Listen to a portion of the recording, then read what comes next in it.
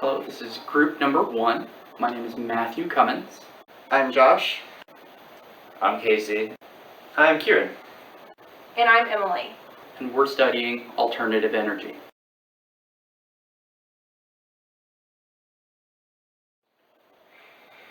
Now, alternative energy. This is in relation to fossil fuels, our typical energy source such as coal, oil, and natural gas. Now, alternative energy is an energy that has a less significant carbon footprint on the environment. That doesn't completely eliminate it because we still have to manufacture the materials in order to harness this energy. But alternative is great at finding ways to not deplete our natural resources or harm the environment in the process of collecting this energy. Also, many of the forms of alternative energy that we are currently trying to implement are renewable or inexhaustible. Now, like the slide says, these renewable energies are naturally replenished during our lifetime in hopes of never running out. Now, several examples of this include solar, wind, nuclear, geothermal, and hydroelectric, but we will just be covering solar, wind, and nuclear in this slide. Now, this is a pie graph of the current energy production in the United States as of recently. Coal is currently the majority of our energy production, followed by natural gas and our first alternative energy, which is nuclear. Now, hydropower comes slightly after that. Hydropower usually comes from dams, which water will turn a turbine in order to produce the energy, and solar and wind and other gases will make up the smaller portions of our energy production.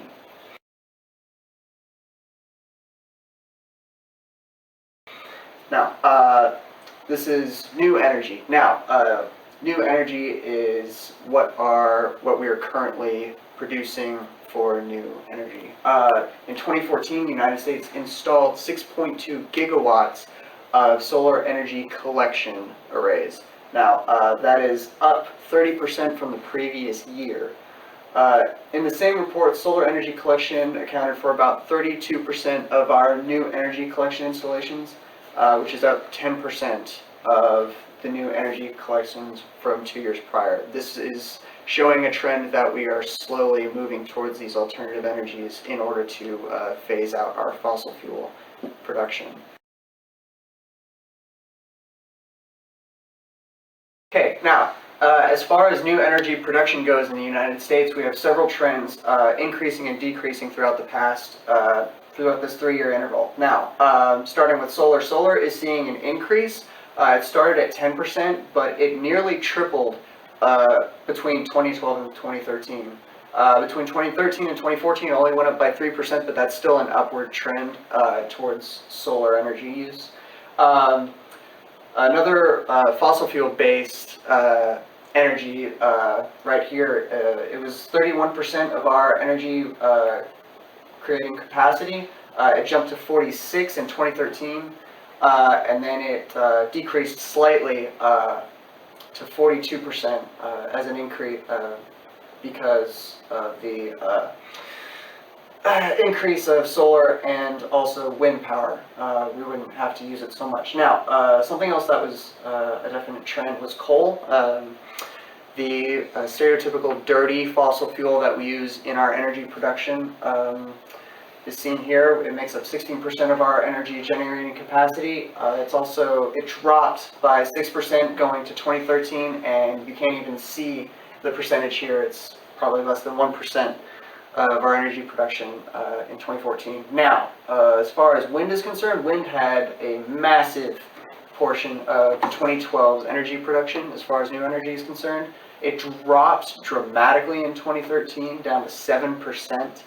And then it tripled again going into 2014, so it showed a slight decrease and then re-increased trend. Not sure. As far as our others go, it only makes up anywhere between less than 10% of new energy production.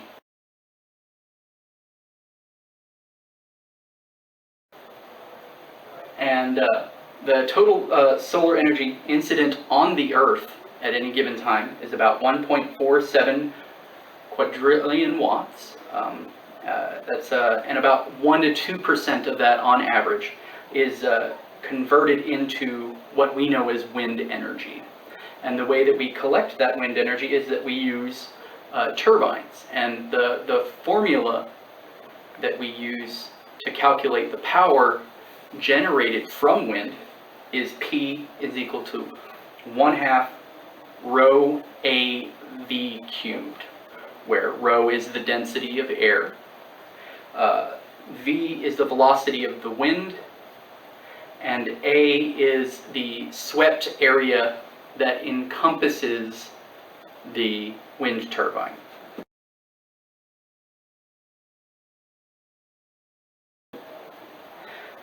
The advantages of wind is that there is relatively no carbon footprint on the Earth.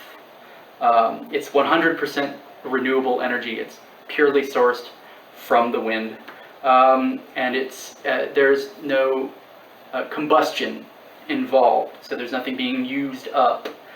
It can be used on a number of terrains, and also can be made to take up minimal space in comparison to some other large facilities. For instance, you can have one turbine in an area that sparsely needs power versus a large cluster of turbines. And also it can create energy day and night as long as there's wind.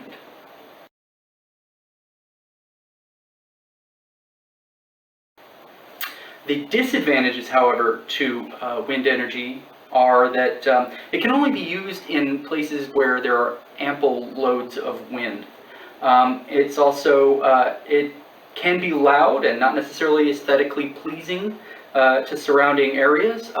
They're measured between 35 and 45 decibels, which at 1,000 meters, which, to give you a hint, that's approximately as loud as a library would be, but at a much closer distance they can grow in volume. Their maximum efficiency depends on the weather. They have a cutoff value above which you can't gain any power because the wind is too strong, and if the wind is too weak, they have a cutoff value below that. So there's kind of a sweet spot in wind energy. There's also an effect called the shadow flicker, and that causes shadows cast by the turbine. And usually they avoid this by limiting the proximity of the turbine to nearby houses by over 1,000 feet. And that's created literally by just the shadow of a giant wind turbine blade crossing over between you and the sun. And also one of the disadvantages of wind is that it has a hard limit. It's called Betts's limit. It's 16/27 theoretical limit, and that's a coefficient of how much wind is coming in from that power calculation, that 1/2 rho AV cubed. The maximum you can get out of that is 59.3%.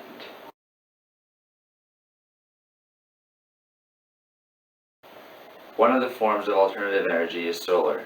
As previously stated, the total solar energy incident on Earth is about 174 quadrillion watts. Unfortunately, with current technologies, we can only capture about 20% of that energy. The way we do that is with photovoltaic cells, which convert the solar rays into actual electricity. Additionally, parabolic solar troughs can be used to focus rays into heat tubes to focus a steam turbine. This is how electricity is done on solar plants as opposed to at your home, where you might just have them run into a collection of batteries.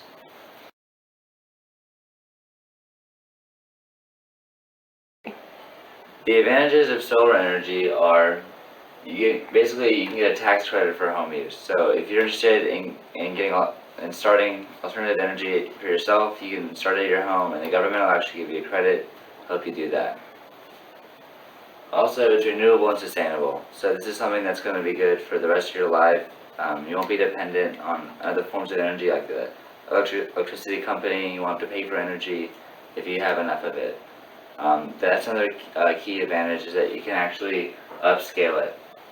So instead of just, like maybe paying half of your electricity bill because you have solar set up at your house, if you can upscale it, you can maybe have so much solar that you're putting money back into the grid, and you can actually make money off solar energy.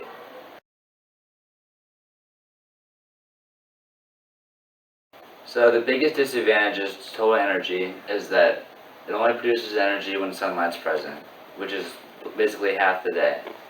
Also, to get the most out of solar energy, you have to have direct sunlight, as opposed to diffuse sunlight where like maybe it's really cloudy or rainy all the time. Ideal areas in the US are like Utah, Phoenix, Arizona, and New Mexico. It's very expensive to start up and maintain solar energy systems. In addition to that, they're not very aesthetically pleasing for the homeowners and people in the area.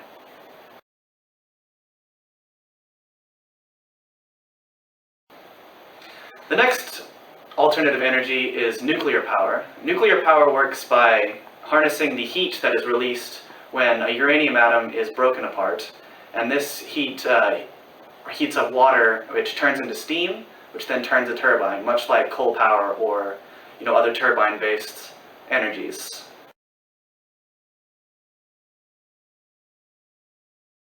The main advantages of nuclear power is that it is much more efficient than any other power source we have today. It's got a 91% efficiency between its input and its output. Compared to coal and natural gas, one uranium pellet equals 1780 pounds of coal and 149 gallons of oil. And it also doesn't spew any greenhouse gases into the air, which harms our environment.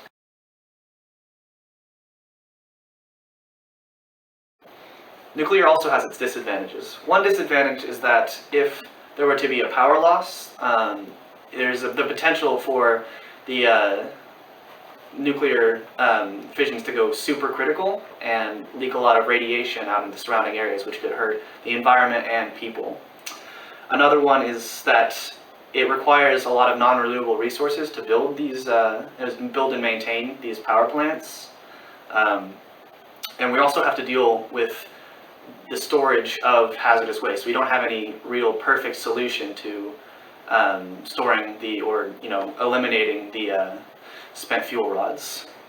There's also a lot of public fear of nuclear power plants because we've seen things like Fukushima or Chernobyl, and we see these horror stories of terrible things happening around nuclear plants, and people assume it's going to happen. So a lot of people would be very disgruntled if a nuclear power plant was to be erected around them. So those are the disadvantages to nuclear.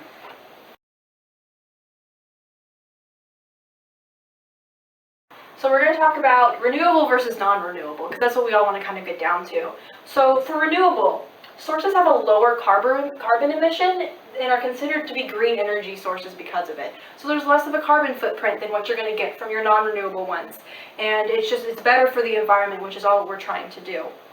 Also, there's tax incentives for using it. As you've heard earlier from others, that you can use a tax break when you use solar energy, when you decide to put it into your house, which is awesome. Who wouldn't want money? And also, you don't have to rely on foreign countries to produce this. Solar energy, wind energy, they're all produced in-house, obviously. It's wherever it's put. So we're not having to rely on foreign countries to get the oil or anything like that towards it. Now for non-renewable, obviously it's cheap and easy to use. We've been using it for years. Gas prices are low, which is always awesome. So why not use it when we can? For nuclear energy, it takes small amounts of nuclear energy to create large amounts of power. So instead of having to cover your entire house for solar panels or an entire field with solar panels, one nuclear energy power plant can produce hundreds of times the amount of energy that it can there. Also, it's easier to find gas stations than it is to find electrical charges for your car. You can drive 100 miles and see thousands of gas stations, but you don't really see a lot of electrical charging stations for your cars if you're trying to drive long distances.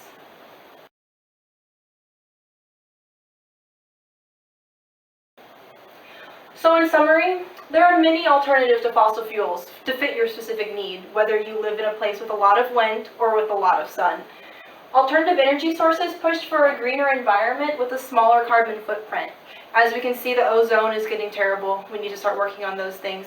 So with that, smaller carbon footprints is going to help out with the environment and the way that we live. It might not always be the most cost effective. You know, you might have to pay a lot when you first start up your solar energy on your house, but it's going to help and produce more in the long run. Advances in technology definitely could increase this production.